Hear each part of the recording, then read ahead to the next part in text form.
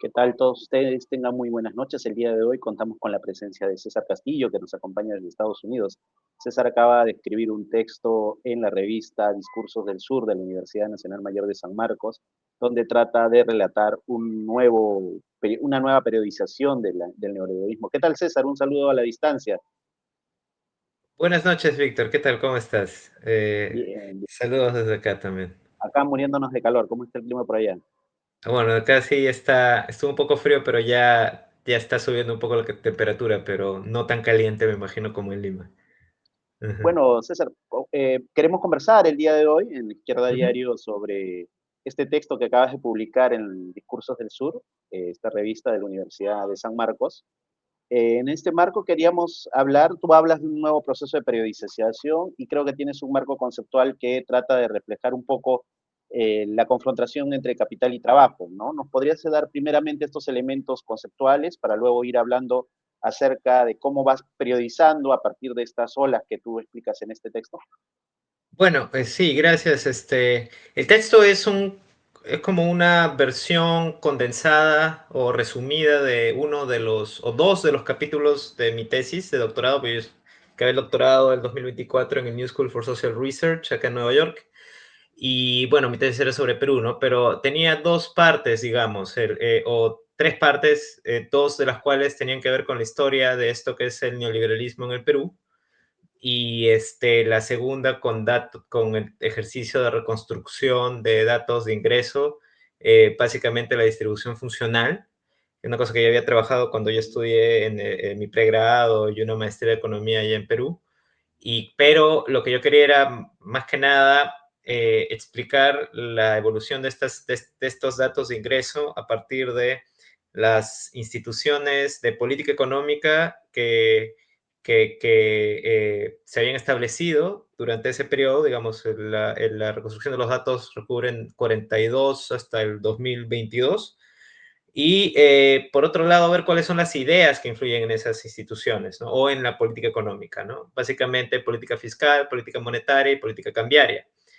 Eh, yo me cruzo entonces en ese ejercicio, digamos, de la reconstrucción histórica cualitativa de ideas y de la reconstrucción de datos, con esta nueva historiografía sobre el neoliberalismo, ¿no? Que básicamente critica esta imagen del neoliberalismo como surgido con el consenso de Washington, y en Latinoamérica o Sudamérica en específico como surgido o como originado a partir del golpe de Pinochet en Chile en los 70s, sino más bien con las discusiones transnacionales que vienen después de la Gran Depresión o del periodo de entreguerras, básicamente, ¿no? Porque es un periodo en donde hay claramente, y eso la gente que hace reconstrucción de la historia marxista o que de alguna manera hace reconstrucción también de los movimientos obreros o de inclusive la discusión de ideas económicas, es un periodo, el entregar es un periodo en donde se critica mucho la estabilidad del sistema capitalista, ¿no? Y con eso su forma política, que es el liberalismo la forma de gobierno liberal, ¿no? Ahora, claro, la forma del gobierno liberal para los 30s, 40s está muy fuertemente asociada, o digamos, la década de los 30 antes del 38, está fuertemente asociada con lo que es liberalismo del laissez-faire, que es básicamente el liberalismo de solo mercado, no Estado, ¿no? Ujú. Pero justamente un grupo de intelectuales, sobre todo de Europa y Estados Unidos, hacia el 38, y luego de nuevo en esta famosa reunión de Mont Pelerin o de la Sociedad Mont Pelerin en el 47, van a empezar a intentar ver formas de renovación de ese liberalismo, ¿no? No en la figura no para insistir en este liberalismo del laissez-faire de nuevo, o de librecambismo simple, sino más bien para buscar un nuevo liberalismo o un neoliberalismo que sea públicamente aceptable, o sea, que sea digerible, no solo por los capitalistas, sino también por los trabajadores. Entonces hay una serie de disputas o de discusiones sobre si se debe tener, inclusive, cuál es el nombre de esta nueva ideología, de este nuevo discurso, ¿no? Ahora, digamos, eh, esto hablando sobre el contexto en Estados Unidos y en Europa. En Latinoamérica también hay todo un debate sobre eso que no necesariamente tiene que ver con este grupo, originariamente con este grupo de Montpellier del 47 o del coloquio Walter Lippmann del 38 en París, sino más bien con, de nuevo, la discusión sobre si el capitalismo colapsado de la Gran Depresión y del periodo de entreguerras debe ser reemplazado por el comunismo en países como Perú. Entonces, muchas de las élites latinoamericanas están diciendo no, y es ahí donde empiezan justamente a conectarse con estas otras élites intelectuales transnacionales. Entonces, Perú estuvo muy conectado con estas discusiones, especialmente con figuras como las relacionadas con la Sociedad Nacional Agraria, la Cámara de Comercio de Lima, la Sociedad Nacional de Minería e inclusive la Sociedad Nacional de Industrias. Muchos de ellos capitalistas, estoy hablando de muchos sectores, no solo los orientados a exportaciones, pero muchos de estos capitalistas, ingenieros, economistas, abogados, que lo que quieren es no perder el desarrollo de una economía capitalista en el Perú, ¿no? Suponiendo que básicamente el bajo nivel de ingreso y de desarrollo económico de la economía peruana hacia los 30 o 40 no da para un capitalismo, entonces ellos no quieren echar el plan por la borda, sino más bien quieren mantener las instituciones y mantener la idea de que la política económica tiene que dejar las semillas para que el capitalismo siga desarrollándose en el Perú. Una figura importante en ese periodo de discusiones, porque no es solo él el único, hay otras personalidades, ¿no? O sea, pero una de las figuras importantes es Pedro Beltrán, por ejemplo, ¿no? Que aparece no solo como político en los 30, sino que también está muy ligado a la gestión económica nacional, ¿no? O sea, se vuelve, luego de que Perú deja el patrón oro a inicios de los 30, se termina, es miembro del directorio del Banco Central representando a la Sociedad Nacional Agraria, pero luego se convierte en vicepresidente y después en presidente del Banco Central, digamos. Es uno de los que está detrás de la idea de que el Banco de Reserva, antes de convertirse en Banco Central de Reserva, deje el patrón oro, digamos, porque lo que querían era devaluar moneda para mantener la ganancia de exportadores. Rómulo Ferrero es otra personalidad, gente como Oscar Ugarteche, Stefan Gruber en Perú han escrito mucho sobre Rómulo Ferrero, pero al mismo tiempo hay otras personalidades relacionadas con estos intereses como, por ejemplo, este famoso ingeniero agrónomo, José de la Valle, José Antonio de la Valle García, ¿no? Que tiene también una serie de conferencias criticando justamente a los que denuncian el capitalismo y que proponen su reemplazo por el marxismo con ocasión de la Gran Depresión, ¿no? Y del estancamiento. Entonces, siguiendo estas personalidades, siguiendo estas ideas y viendo sus intervenciones de política, es que llego al momento en el que, por ejemplo, tanto Beltrán como Ferrero apoyan ideológicamente, pero también políticamente, este famoso golpe de Odría del 48.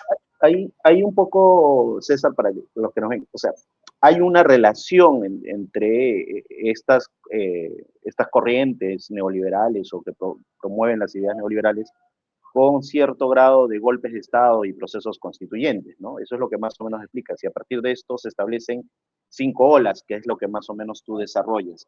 ¿Nos podrías explicar más o menos estas relaciones de estas 5 olas y cómo se van estableciendo estos mecanismos en los cuales se van implementando sus ideas? Aparte de los personajes que evidentemente marcan más o menos hoy en día vienen a ser muchos de los referentes de algunos sectores de ultraderecha que se vienen organizando en algunas instituciones educativas del país y evidentemente en este proceso electoral que estamos pasando, ¿no?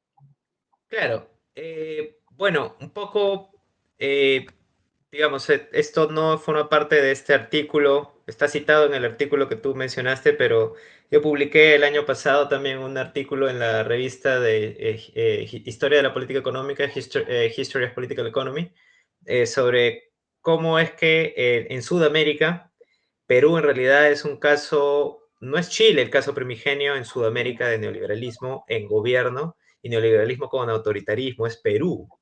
Porque el golpe de Estado de Odría no es solo un golpe de Estado que quiere poner a las élites en el gobierno, sino que responde a un contexto económico también e ideológico. El contexto ideológico es el de la disputa por cómo se va a restablecer la economía que está en crisis durante los últimos años del periodo de Bustamante y Rivero.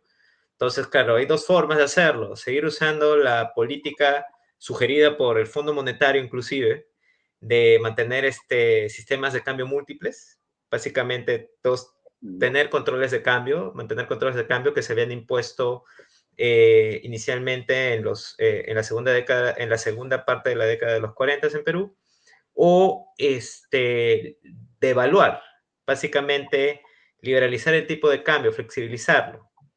Lo que sí se discute hasta ahora, ¿no? Como siempre, ¿no? Que el Banco Central no tiene que controlar el tipo de cambio, etcétera. Bueno, la discusión tiene muchos años o sea, cuando la gente discute que el Banco Central actualmente utiliza técnicas modernas, estas ideas se vienen discutiendo inclusive desde antes del periodo de los 40, ¿no? O sea, la discusión sobre dejar el patrón oro, Perú siendo uno de los primeros países de Latinoamérica también dejando por segunda vez el patrón oro, es un ejemplo de eso, ¿no? Pero bueno, volviendo al asunto, el contexto del golpe de Odría tiene todo este ambiente de disputa ideológica, ¿no? Al menos entre las élites y en la discusión pública en periódicos como La Prensa o El Comercio, ¿no? Es allí donde aparecen estas ideas y para aplicar o implementar esta liberalización del tipo de cambio, Beltrán, ya hay pruebas, digamos, en la correspondencia que él tiene con los Gildemeister, por ejemplo, o mismo Ferrero también, ¿no? Están intentando apoyar el golpe para luego tomar el control del Banco Central y así, en cooperación con el Ejecutivo bajo dictadura, liberalizar el tipo de cambio, liberalizar controles de precios y inclusive elaborar o influir directamente en el famoso reporte final de la misión Klein, que es la misión que supuestamente propone hacia el 49 las reformas que el gobierno de Odría debería aplicar para reducir la alta inflación de Perú hacia fines del 40, estabilizar el presupuesto fiscal, etcétera, etcétera. Ahora, uno diría, claro, ya, eso queda allí, fue efectivo o no, digamos, Beltrán al final deja el Banco Central de los 50 y uno ve que la liberación de tipo de cambio tiene un efecto positivo parcial en las ganancias, ¿no? Pero luego estas personalidades y algunas de estas ideas aparecen de nuevo en otros periodos, como por ejemplo el segundo gobierno de Manuel Prado Arteche, que es el que sigue a la transición de Odría, ¿no? Digamos, ¿no? Y en donde estos personajes aparecen ya no solo promoviendo liberalización de tipo de cambio y austeridad fiscal, sino también diciendo que esas son las condiciones para que el país alcance desarrollo económico. Ahora, lo mismo con el gobierno, el primer gobierno de la UNDE, ya no con estas personalidades, pero con economistas y hombres de negocio suizos que se identifican a sí mismos como neoliberales u ordoliberales. O sea, es gracioso. El diario La Prensa, que es diario de propiedad de Beltrán ya desde el 34, en el 50 publica, bajo la pluma de Juan Segarra Russo, un texto que dice literalmente, la prensa es un diario neoliberal. O sea, y ese es un texto que se publica en el 60, creo, si no me equivoco, o el 61, cualquiera de los 2 años. Pero estamos hablando ya desde el 60 que se está discutiendo, el periódico que se identifica como neoliberal. Vuelvo a comentar de nuevo lo de los gobiernos, ¿no? Belaunde, uno, la transición o el periodo disruptivo inicial de Velasco, pero luego tenemos otra oleada neoliberal que viene con Morales Bermúdez, digamos, intentando poner marcha atrás al proceso de difusión de la propiedad social, digamos, o de la economía de gestión de propiedad social, que era básicamente un ejemplo importante junto a otros como el de Israel, Argelia o de Yugoslavia, de desarrollo de estas alternativas socialistas al capitalismo. pasamos a Belaúnde II, también con, digamos, dentro de su grupo de tecnócratas y de hombres de élite que lo apoyan y políticos que lo apoyan, gente relacionada con estas redes intelectuales, saltando con bueno, yo no incluiría en estas redes a Alan García del primer gobierno, pero sí a la respuesta contra Alan García, que es justamente toda esta gente, el Fredemo, Movimiento de Libertad, hasta Fujimori, digamos que está de alguna u otra manera conectado con estas personalidades. Ahora, lo que uno ve es que en la mayoría de estos casos, en la mayoría de estos episodios, no solo hay una como que conflagración entre esta ideología neoliberal y políticas autoritarias o al mismo tiempo antitrabajo, sino también uno puede seguir indicadores estadísticos. Y una cosa que yo incluyo en este artículo, por ejemplo, es este famoso ratio de explotación, que en realidad es, digamos, el término es muy grueso para hablar sobre un ratio de explotación a nivel macroeconómico, pero la definición del indicador es básicamente el ratio entre ganancias agregadas y el total de salarios de toda la economía nacional. Y lo que uno ve es que justamente los periodos en los que muchas de estas políticas o los que muchos de estos actores neoliberales están manejando o influyendo en la política económica del país, este ratio de explotación, esta fracción entre las ganancias y los salarios se dispara, ¿no? O aumenta parcialmente o sostenidamente, ¿no? En algunos casos, siendo el incremento más fuerte el que se experimenta durante el gobierno Fujimori, ¿no? O sea, uno ve que justo coincide, hay un gran salto en ese periodo, siendo el ratio de explotación a inicios de los 90 de algo de 1.6. Básicamente, las ganancias son 1.6 veces los salarios, ¿no? Uh -huh. Una consulta. En este periodo también hablas justamente en este marco entre esta disputa entre el ingreso y los salarios, las ganancias y los salarios. Hablas de un proceso entre el 75 y el 78, que evidentemente se da de un alto nivel de conflictividad, de grandes movilizaciones obreras, está el paro nacional, etc. Este espacio necesita ser aplacado, evidentemente, porque no nadie de sano juicio va a perder, va a ser reducido su salario y ver al frente al dueño de la empresa de tener mayores ganancias, ¿no? Estos episodios son constantes en estas 5 olas, según la investigación que hiciste, César. Sí, hay como, bueno, antes del gobierno o antes del periodo de los 60 hay ciertos episodios de conflictividad, pero son como muy, digamos, no suceden en la capital, suceden en provincias, digamos, uno ve las revueltas mineras, uno ve las revueltas campesinas, digamos, pero donde yo he visto que, o digamos, de nuevo, yo no soy un historiador de los movimientos sociales, ¿no? Pero uno puede ver, por ejemplo, en la forma en cómo reaccionan estas élites intelectuales neoliberales, donde se vuelven mucho más radicales en términos de criticar, por ejemplo, la arremetida del avance comunista castrista, es justamente el periodo de la Guerra Fría, ¿no? Y coincide pues justamente con el proceso, por ejemplo, de las revueltas en la convención. Coincide con tomas de fábricas. Hay un famoso documento que se publica en el diario Expreso criticando, es como una coalición nacional contra la emergencia en el país, ¿no? Es una cosa así, ¿no?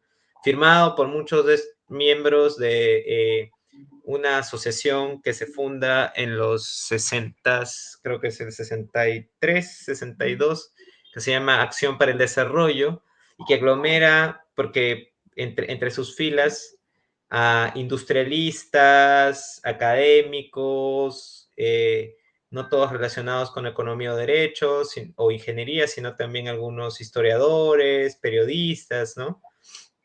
Y que sorprende porque cuando uno ve neoliberalismo en Perú, uno siempre lo asocia directamente con las exportaciones, ¿no? Como desarrollo orientado a exportaciones. Y uno ve que hay muchos industrialistas, incluidos pesqueros, en este grupo. Y todos ellos lo que hacen es denunciar justamente tomas de fábricas, ¿no?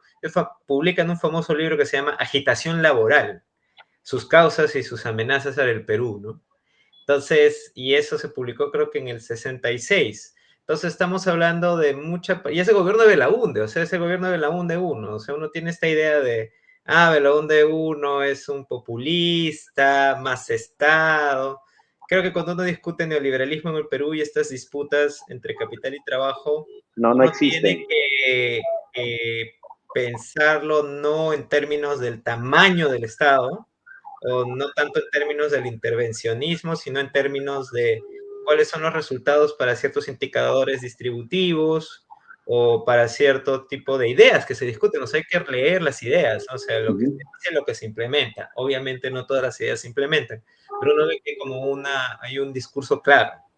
El discurso claro es, no, o sea, somos una economía semidesarrollada, necesitamos capitalismo, sea que seamos exportadores, manufactureros, lo que sea que el dinero venga de Perú o de Estados Unidos a través de de la Alianza para el Progreso o a través de la cooperación suiza. La idea es que eso tiene que desarrollar capitalismo. Ahora, obviamente, para estos neoliberales, eso implica que hay que, de alguna manera, o tener mucha coerción contra el trabajo organizado, ¿no? Y cualquier intento de organización del trabajo, denunciarlo como si fuese netamente comunista o súper radical, ¿no? Y eso pasa desde el 60, o sea, uno ve que es más álgido, a eso iba, ¿no? Es más álgido durante la década del 60, específicamente durante el gobierno de Belaúnde, ¿no? Porque Ahora, coincide de nuevo con estos eventos más álgidos, ¿no? César, para ir avanzando un poco, porque también nos gana el tiempo, Sí, hay un tema que tú marcas acá, ¿no? Hay una serie de discursos, elaboraciones teóricas que vienen teniendo estos sectores. Y en ese marco, luego de este proceso 75-78, se abre un proceso que es la constituyente del 79. Desde sí, la izquierda es común creer que la constitución del 79 consagra una victoria para el conjunto de los sectores más radicalizados durante este periodo y que permite en cierta medida tener una constitución muy amigable. Hace 2, 3 días, si no bien recuerdo, o hace una semana, Julio Velarde dijo que el modelo o en cierta medida el esquema de independencia del Banco Central significaba o estaba bien marcado en la Constitución del 79 y ya se había implementado ahí. Una ex ministra del partido aprista durante la época de Yehude Simón también remarcaba en un comentario justamente que leí en redes que economía social de mercado no significa ser neoliberal. Y es un término que se viene retomando, ¿no? O sea, este término de economía social de mercado, ¿no?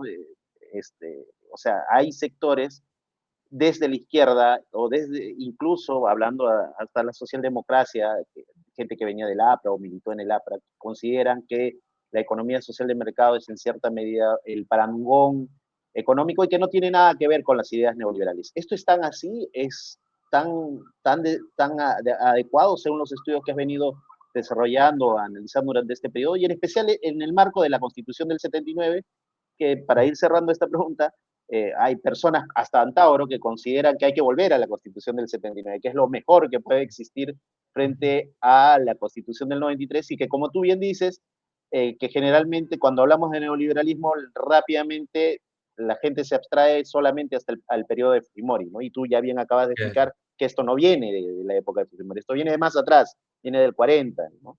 Entonces, en ese marco, tal vez desarrollar un poco este tema de la economía social de mercado. Sí, no, gracias. Justo, sí leí también en las últimas noticias lo de Julio Velarde. Dicho sea de paso, toda la gente quiere jalar para su propio molino. El problema es cuando el molino te está produciendo cosas tóxicas, ¿no? Eh, eh, a ver, digamos, bueno, solo para recordarles, ¿no? A todo el mundo que siempre habla como de Julio Velarde como si fuese un genio, en realidad Julio Velarde llega al Banco Central por recomendación del PPC, porque él mismo es un PPCista, ¿no?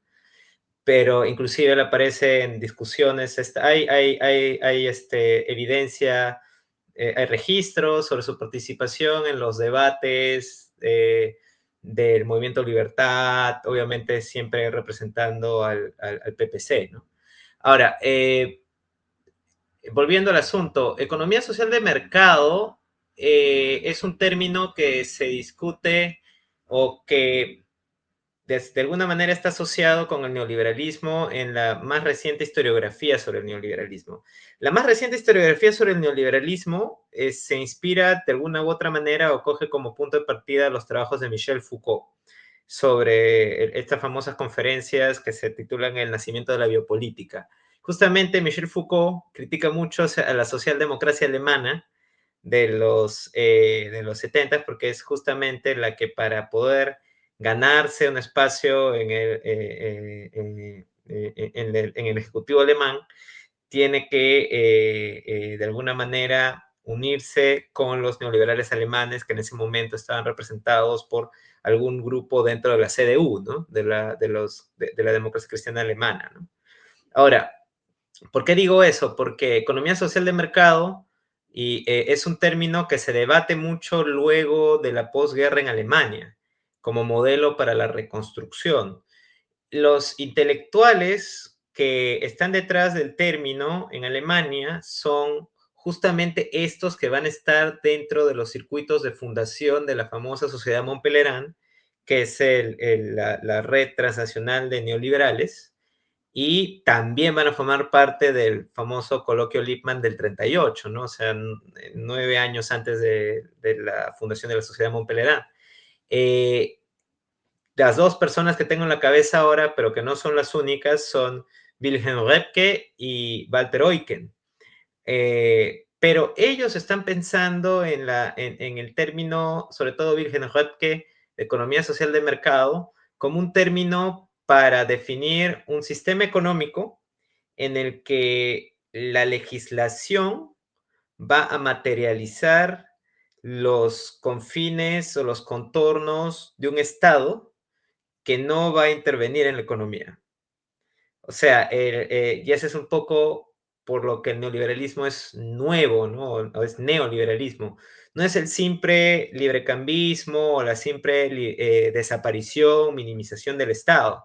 Es de alguna u otra manera la domesticación del Estado para que el mercado funcione. O sea, no es desregulación, es de alguna u otra manera re-regular o regular de manera diferente. El debate cuando uno habla sobre neoliberalismo para estos neoliberales alemanes era muy claro, no es que tenemos que dejar la legislación, el Estado, no. Lo que tenemos que hacer es que el Estado haga las cosas que van a permitir que la economía de mercado funcione, que puede ser regulación de competencia, pero al mismo tiempo puede ser también no meterse a regular salario mínimo, no meterse a crear estado de sociedad de bienestar fuerte, digamos, que eso es un poco lo paradójico. En el caso de, a pesar de que estos intelectuales proponían este tipo de reformas en Alemania, al final tuvieron que adecuarse a lo que otros sectores progresistas que iban con ellos en coalición les obligaban a hacer. Es por eso que de alguna u otra manera Konrad Adenauer y este famoso ministro de Economía alemán, ya me olvidé, Ludwig Erhard, aceptaron, por ejemplo, la creación del sistema de pensiones fuerte, de seguridad social en Alemania. No puede negar que Alemania es uno de los países europeos con uno de los mejores sistemas de seguridad social. Y sin embargo, muchas de las ideas que dan origen a otro tipo de formas de gestionar la economía alemana, como por ejemplo la gran austeridad fiscal, que es una cosa que ellos no pueden dejar hasta ahora, digamos, y que le está generando problemas en su economía desde hace tiempo, son herencia de este pensamiento neoliberal, ¿no? O sea, no puedes gastar más, tienes que mantener el presupuesto público equilibrado. Un poco lo que tenemos en Perú, ¿no?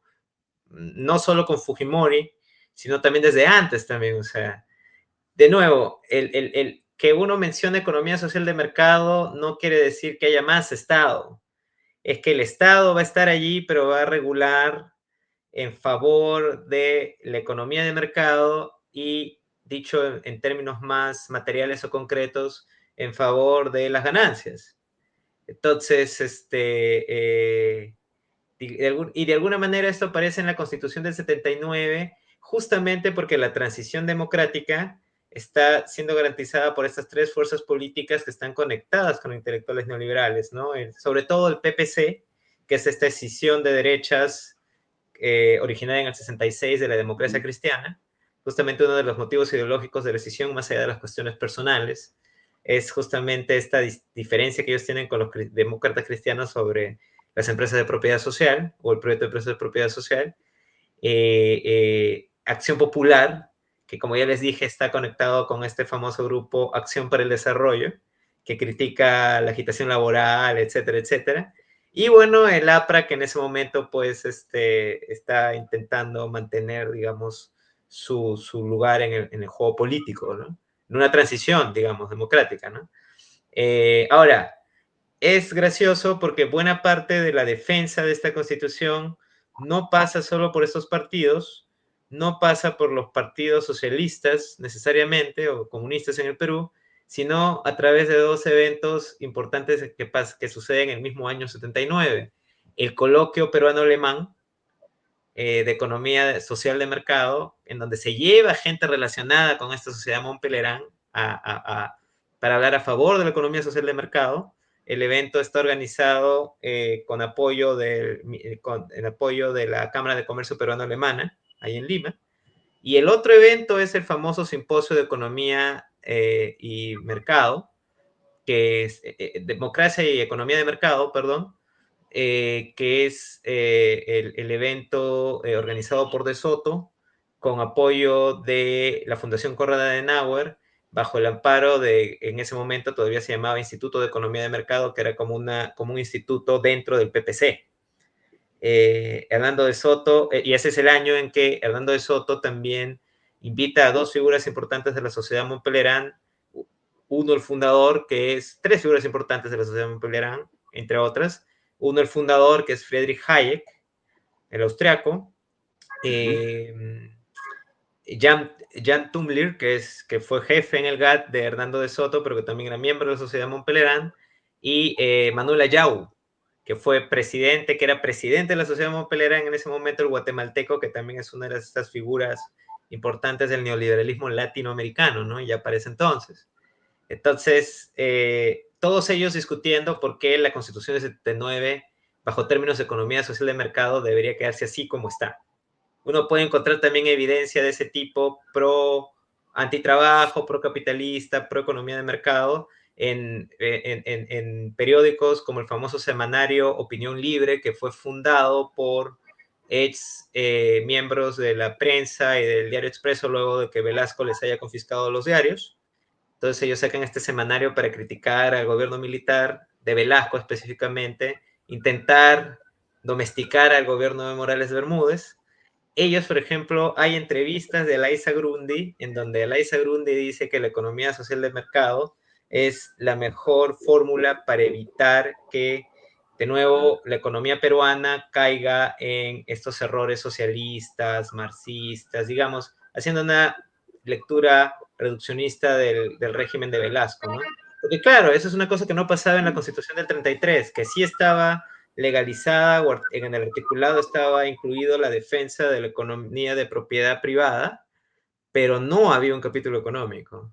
Entonces lo que ellos quieren hacer es hacer eso más fuerte para que haya como barrotes que de alguna manera restringan el Ejecutivo, pero esa es la lógica del ordoliberalismo o del neoliberalismo alemán, ¿no? Domesticar al Estado, re-regular. César, esta es ya tal vez la última pregunta y tú hablas de olas, evidentemente van y vienen, ¿no? Y estas dejan un grado de instituciones, dejan legados en estas instituciones, crean discursos. Hoy vemos el escenario electoral peruano de un discurso primeramente de complacencia con las políticas que ha venido teniendo el Banco Central de Reserva, con Julio Velarde. Creo que todos los candidatos de izquierda a derecha tienen un cierto grado de complacencia con algunas de las de los presupuestos que se tienen de parte del neoliberalismo, que como tú bien ya has explicado, tiene muchas veces consideramos solamente desregulación y esto va más allá. ¿Cómo ves hoy en día esta arquitectura?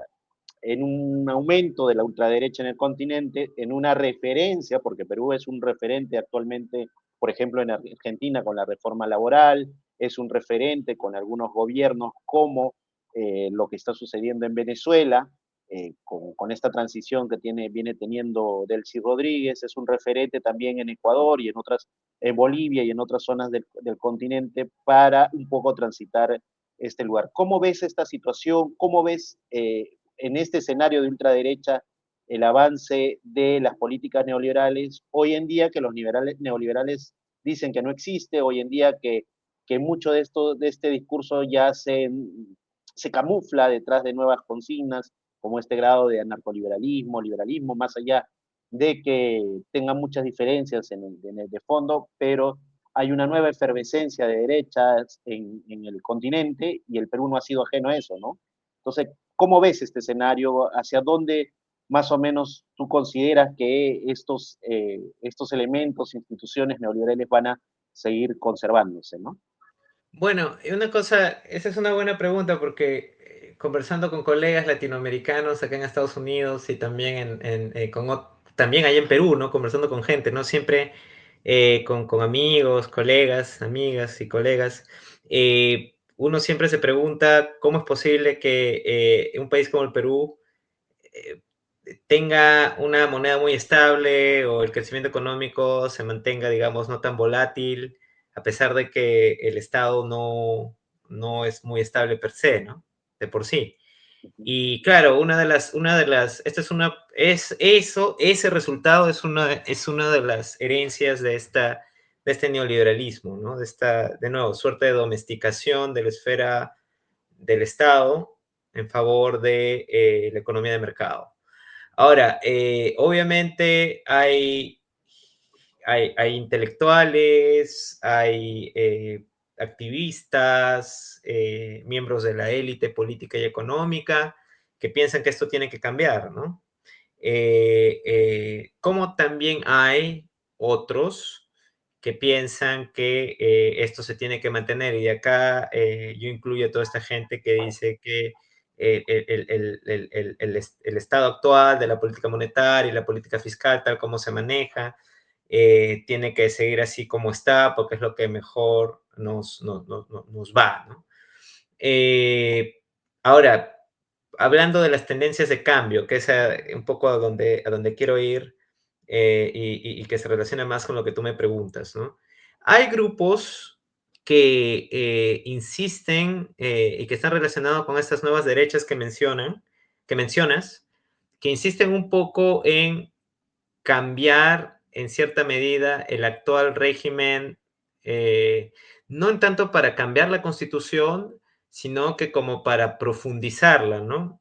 Y esto, de alguna manera, yo creo que se hace familiar para aquellos de los que estaban relacionados o están relacionados todavía con ciertos grupos fujimoristas, donde siempre se hablaba que durante la época de Fujimori se implementaron ciertas reformas de primera generación, segunda generación o lo que sea, ya no sé ni cuántas generaciones hay, y que pero que faltaban las de tercera y que había que profundizar para hacer una economía mucho más bollante, digamos, ¿no? Bueno, esa gente también es la que piensa, digamos, esa gente está de acuerdo con estas ideas de libre mercado, pero al mismo tiempo, y lo que es sorprendente, que eso es una cosa ya mucho más reciente, es esa misma gente la que está al mismo tiempo repitiendo discursos mucho más autoritarios, como por ejemplo, esto puede pasar solo bajo regímenes presidencialistas en donde el Ejecutivo concentra el poder. Básicamente un poco más si nos dicen que tenemos que tener dictadores, ¿no? No lo dicen así, pero se refieren a regímenes presidencialistas en donde el Ejecutivo concentra el poder, ¿no? Y si uno ve, por ejemplo, la forma en cómo está estructurado el actual gobierno, a pesar de nuevo, el actual gobierno peruano, a pesar de nuevo de Estado peruano, a pesar de que el gobierno es muy frágil, digamos, o inestable, justamente, y a pesar de que el articulado constitucional permite que se vaquen presidentes como que uno se cambie una prenda de vestir, muchas de las decisiones en términos económicos y de política social están muy, muy concentradas en el Ejecutivo, digamos. No, o sea, solo para poner un ejemplo, ¿no? O sea, cuando uno quiere gestionar los recursos que se generan en una región para que esta región pueda invertirlos de acuerdo a los criterios o a los planes que esta región tenga, eso, eso no pasa, nunca, eso no puede pasar, el filtro está siempre en el Ministerio de Economía y Finanzas, pues supuestamente está conectado con el régimen fiscal, lo cual es un error porque los regímenes fiscales tienen que ser funcionales a procesos de planeamiento, desarrollo y no al revés, ¿no? Si no, obviamente, si el principal objetivo es simplemente ahorrar o mantener, digamos, la billetera llena, entonces nunca vas a gastar nada, ¿no? Entonces, de alguna u otra manera, volviendo al punto, son este tipo de regímenes presidencialistas en donde se concentra el poder en ciertas partes de la estructura del Estado, que muchos de estos neoliberales están, contemporáneos están manteniendo en su discurso actual. De otra manera, lo que aparece también dentro de este grupo es esta suerte de familiaridad con el populismo de derecha. Y esto también, Perú no es un caso nuevo en eso, o sea, tiene precedentes, pero justamente si uno ve la literatura sobre neopopulismos o populismos neoliberales, Perú junto al Brasil de Collor de Mello y la Argentina de Carlos Menem son uno de los, es uno de los casos, por no decirlo así, el caso paradigmático para explicar cómo es posible que en regímenes autoritarios o no o solo parcialmente democráticos, en donde, como el de Fujimori, por ejemplo, ¿no? En donde el presidente no tiene ninguna institución intermedia que lo conecte con la ciudadanía, por eso es un régimen populista, digamos. ¿Cómo es que ese tipo de regímenes puede ser al mismo tiempo eficiente y efectivo en aplicar estas reformas del libre mercado, ¿no? Entonces, ese discurso, esa suerte de manejo de las masas, digamos, porque las masas, en esa estructura, las masas siempre tienen que ser manejadas por una élite, aunque Fujimori no lo haya dicho así, ¿no? Entonces, en ese discurso menos democrático es el que ahora está apareciendo más, y uno lo ve, por ejemplo, en personajes como Milei, ¿no? Muchos eventos relacionados con este grupo del Foro de Madrid, por ejemplo, ¿no? Repiten un poco estas ideas, en algunos casos conectados con el hispanismo y todas estas ideas neomonárquicas o promonárquicas, ¿no? Pero es justamente por eso, porque ser promonárquico implica dejar de lado la democracia soberana, digamos, que apela a los valores de republicanismo, pero un republicanismo que defiende la soberanía popular frente a una suerte de régimen en donde se va a apoyar al pueblo o al demos, pero siempre manteniendo las distancias en la toma de decisiones, porque la toma de decisiones tiene que pasar por la soberanía de la inteligencia. Y esa es una cosa que tanto los españoles leyendo a Donoso Cortés como los peruanos de derechas leyendo a Bartolomé Herrera repiten mucho, ¿no? Entonces es una cosa que aparece ahora en estas nuevas formas de neoliberalismo. Gente que es pro mercado, pro economía de mercado, pero que al mismo tiempo defiende prácticas políticas que no son de democracia soberana o que de alguna manera esconden cierto elitismo político, ¿no? Bueno, César, te Uh -huh. comentaré que tu artículo es muy interesante. Creo que Gracias. va a traer mucho por cortar, mucha tela por cortar, porque rompes muchos esquemas, no solo en la izquierda, sino en la derecha. Yo creo que a muchos sectores de izquierda este texto le va a mover mucho el piso, porque como te decía, rompes algunos mitos como este tema de la Constitución del 79, retomas algunos elementos o indicadores que muy pocas veces se han estudiado en el Perú, ¿no? Este tema que hablas de ganancias sobre la cantidad de salario, que lo había visto en algún momento en Argentina con Inigo y otros. O sea, son muy pocas veces utilizados para poder analizar nuestro país. Sí, Sí, solo para añadir, o sea, eso tiene que ver un poco más también con la forma en cómo se practica la economía en Perú, ¿no? O sea, y no lo, no, no, creo que este es el momento para decirlo, o sea, cuando yo estudié en Perú, yo estudié en una universidad muy tradicional, pero mi asesor, que era Germán Alarco, digamos, que es especialista en temas de distribución, de economía política, distribución del ingreso, digo, y de la riqueza de economía política, él, por ejemplo, usaba mucho estos indicadores, ¿no? Entonces, pero su enfoque económico es un enfoque de economía política post-keynesiano, entonces, o lo que se llama comúnmente economía heterodoxa. Entonces, lamentablemente en Perú estas ideas no están muy desarrolladas, pero déjame decirte que muchas de estas intuiciones aparecen muy trabajadas en el exterior y, digamos, tenemos ejemplos también de economistas que no están por fuera del circuito tradicional como Tomás Piketty, Branko Milanovic, que también entienden este tipo de indicadores, ¿no? Entonces no es una cosa, eh, sí, no es común que se use en Perú, pero no es una cosa, porque usualmente los economistas técnicos siempre critican este tipo de cosas, ¿no? No es una cosa que sea antitécnica, eso hoy, ¿no? exactamente. Y Uh en -huh, ese momento creo que vas a golpear mucho, ¿no? uh He -huh, visto a algunos profesores de San Marcos, de la facultad donde has publicado, que ni siquiera habían podido leer el artículo, creo, y que recién lo van a tomar y lo van a agarrar para poder revisar con más tranquilidad lo que estás proponiendo, y es algo muy interesante. En este marco, te agradezco por por habernos dado este tiempo, y es más, desde ya te invitamos para poder seguir comentando y conversando a profundidad, tal vez con algunas de las nuevas propuestas que vayas desarrollando y también con la coyuntura política y económica del país, en un país donde, como tú ya bien has dicho, las ideas como la de regresar a la monarquía española tienen hoy en día el primer puesto en las encuestas, ¿no? Que es López Aliaga. López Aliaga acababa de proponer, no sé, hace 2 meses volver al reino de España, y en el fondo, evidentemente, es este análisis más profundo que acaba de hacer al final, que está relacionado con quién toma las decisiones, ¿no? Y esta esperanza de muchos de estos sectores de volver a lógicas monárquicas en las cuales evidentemente la mayoría de la población ni siquiera pueda participar, ni tal vez ni con el voto, sino bajo la venia de algún rey como el de España, y que algunos sectores de izquierda en España muchas veces se han venido arrodillando, ¿no? Por más progresistas que hayan sido. De todas formas, muchas gracias, César. Un saludo fuerte desde Perú, a la distancia, y esperamos contar contigo. Tal vez las palabras de cierre.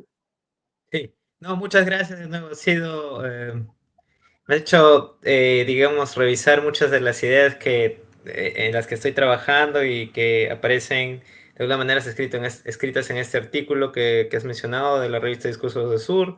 Mencioné, digamos, este artículo que se publicó en History of Political Economy. Va a haber otro artículo siguiendo un poco algunas de estas décadas en la revista Global Perspectives, que se va a publicar en julio de este año.